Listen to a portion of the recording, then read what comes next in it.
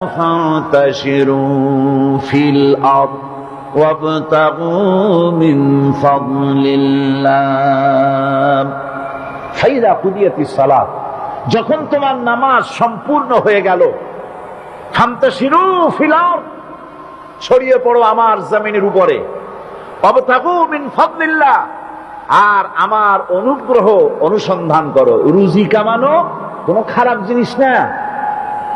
কেউ মনে করে সারাদিন বসে বসে আল্লাহর জিকির করব, কেউ দুনিয়াটারে ঝামেলা মনে করে জঙ্গলে চলে যেতে চায়। এটা নিয়ম না। আপনি বসে থাকতে পারবেন না, আপনাকে কাজ করতে হবে। রুজি কামাই করাটাকে কোরআনে কারিমে এতটা সম্মান দিয়েছে যেটাকে ফদলুল্লাহ বলা হয়েছে। ফদলুল্লাহ এটা আল্লাহর অনুগ্রহ। সুবহানাল্লাহ বলেন। এটাকে ফদলুল্লাহ বলা হয়েছে, এটা জিনাতুল্লাহ বলা হয়েছে।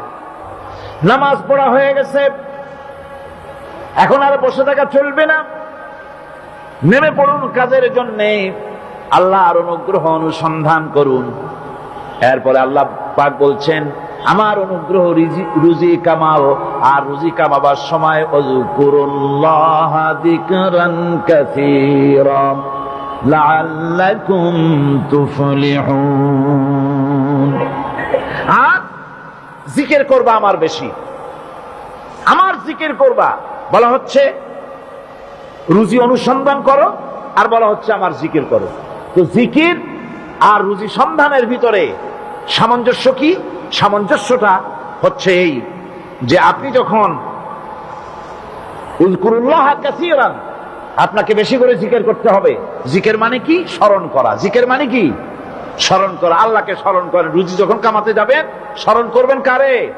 চিল্লায় কোন কারে? আপনি রুজি কামাবার জন্য চাকরি করতেছেন,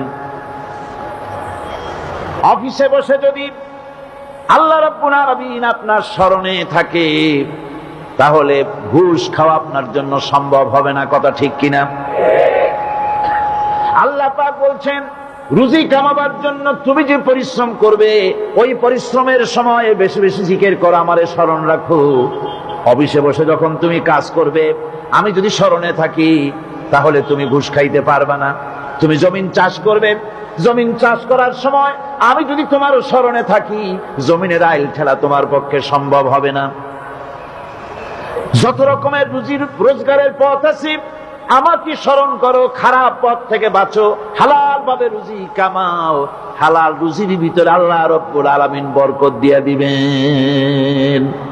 হাদিস শরীফে বলা হচ্ছে ফজরের নামাজ পড়া হয়ে গেছে, ঘুমায়ও না, রুজি তালাশ করো, রিজিক তালাশ করো, নিজের সাহায্য করো, অন্যকে সাহায্য করো।